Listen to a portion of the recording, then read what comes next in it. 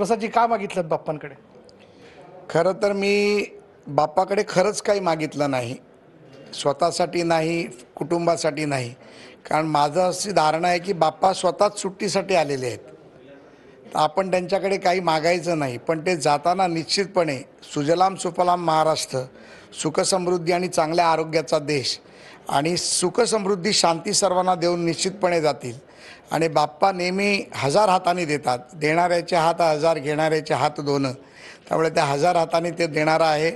तो या राज्यामध्ये सुखशांती समृद्धी, बळीराजाला सुख, विद्यार्थी, शेतकरी, कष्टकरी, महिला ह्या सर्वांची काळजी घेईल आणि महायुतीचं सरकार पुन्हा एकदा येईल आणि त्या रूपाने बाप्पा सर्वांवरती कृपादृष्टी ठेवेल अशी माझी अपेक्षा आहे.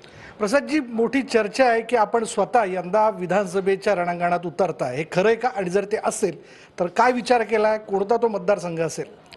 खरं तर माझी विधान परिषदेची टर्म आता 2028 पर्यंत बाकी आहे. निवडणुकीच्या राजकारणामध्ये, निवडणुकीच्या रणनीतीमध्ये माननीय देवेंद्रजींबरोबर 2016 पासून प्रत्येक निवडणुकीत मी सहभाग घेतला आणि कधीच कुठली गोष्ट माननीय देवेंद्रजींकडे किंवा पक्षाकडे मी मागितली नाही. आणि भारतीय जनता पार्टी हा असा कार्यकर्त्यांचा पक्ष आहे, त्या कार्यकर्त्याचं कॅलिबर, त्या कार्यकर्त्याची कुवत, त्या कार्यकर्त्याला काय करता येईल यावर तो पक्ष निर्णय घेत राहतो. आणि माझी संपूर्ण श्रद्धा तुम्ही म्हणा तर माननीय अमितभाई असतील आणि माननीय देवेंद्रजी असतील यांच्यावरती आहे. त्यामुळे पक्ष जो निर्णय देईल, पक्ष जी जिम्मेदारी देईल ती मी पूर्णत्वाकडे न्यायला तयार आहे. तुम्ही इच्छुक आहात? राजकारणामध्ये इच्छुक आणि पद हे न सांगताच प्रत्येकाच्या मनात असते, म्हणून आम्ही राजकारणात आहोत. तुम्ही मजल दर मजल करत खरं तर राजकारणात टप्पे गाठलेले, म्हाडा असेल, सिद्धिविनायक असेल, त्यानंतर आम्ही तुम्हाला वेगवेगळ्या भूमिकांमध्ये पाहिलं. संयम मोठा ठेवला आहे, पण जिथे आपण संयम ठेवला, जिथं आपण राहतात तोच मतदारसंघ इथे असणार आहे का? जर तुम्हाला काही तुमच्या बाबतीत काय ठरतंय तर? मला वाटतं की लोकमतमध्येच माननीय देवेंद्रजींनी सांगितलं होतं की राजकारणामध्ये संयम ठेवणं ही फार मोठी गोष्ट आहे, त्यांची प्रत्येकाला ठेवता येत नाही. त्यामुळे त्यांचा चेला असल्यामुळे संयम हा मी खूप ठेवलेला आहे. म्हणजे यंदा तो संयम जो आहे तो अंतिम ठरेल, काहीतरी त्याला पूर्णविराम असेल? नाही, असं काही नाही आहे.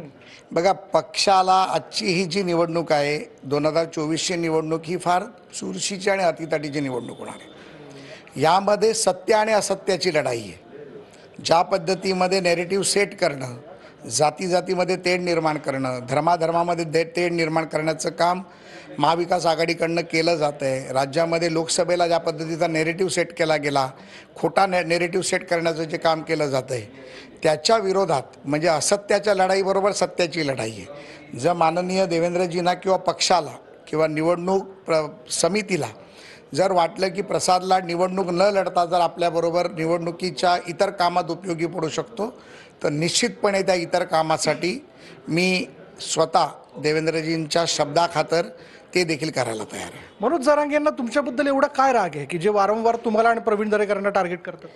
मनोज जरांगेला मची बाधा आहे, माज आणि मस्ती, आणि तिसरा महाविकास आघाडी. त्यामुळे या मच्या बाधेने त्याला ग्रासून ठेवले. त्याला असं वाटत होतं की आतापर्यंत मी त्यांना नेहमी अहो जाओ करत होतो, पण आता मी त्यांना आरे तुरे करतोय. त्याला असं वाटत होतं की त्याला कोण काहीच बोलू शकत नाही, मी याला मारून टाकीन, त्याला गाडून टाकीन, त्याच्या घरात घुसीन. परवा राजा राऊतबद्दलही ते म्हणाले मी बघून घेतो, घुसून टाकतो. सातबारा यांच्या नावावर केलं आहे का की हे एकटेच मराठी आहेत आणि हे ठरवतील ते मराठी असू शकत नाहीत का? आम्ही मराठी नाही आहोत का? ज्या वेळेला त्यांनी माननीय देवेंद्रजींवरती वैयक्तिक हल्ला केला, त्यांनी देवेंद्रजींच्या कुटुंबावरती हल्ला केला, ते कोणाच्या बोलण्यावर करतायत हे सर्व पूर्ण महाराष्ट्राला माहिती आहे. त्यावेळेला माझा पेशन्सचा बांध सुटला.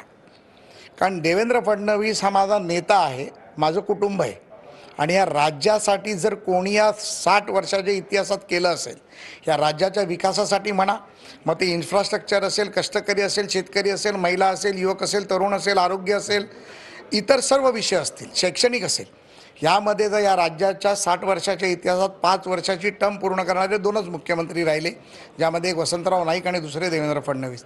त्यामध्ये सर्वात चांगल्या पद्धतीने काम केलेला माणूस कोण असेल तर तो देवेंद्र फडणवीस आहे. आणि त्याचीच मनामध्ये भीती माननीय शरद पवार साहेबांच्या मनामध्ये. आणि शरद पवारांना नेहमी वाटतं की देवेंद्र फडणवीस जर राजकारणामध्ये पुढे कंटिन्यू राहिले तर कदाचित त्यांच्या नावावरती छोटासा धुरकट अशी धूळ जमायला लागेल. आणि त्याच्यासाठी पवारांच्या बोलण्यावर जरांगे पाटील ज्या पद्धतीत हल्ला करतायत तो हल्ला आम्ही कदापि सहन करणार नाही. त्यांनी एक बाण मारला तर महाभारतासारखे 100 बाण मारण्याची तयारी आमची स्वतःची आहे. धन्यवाद आमच्याशी बोलल्याबद्दल. धन्यवाद.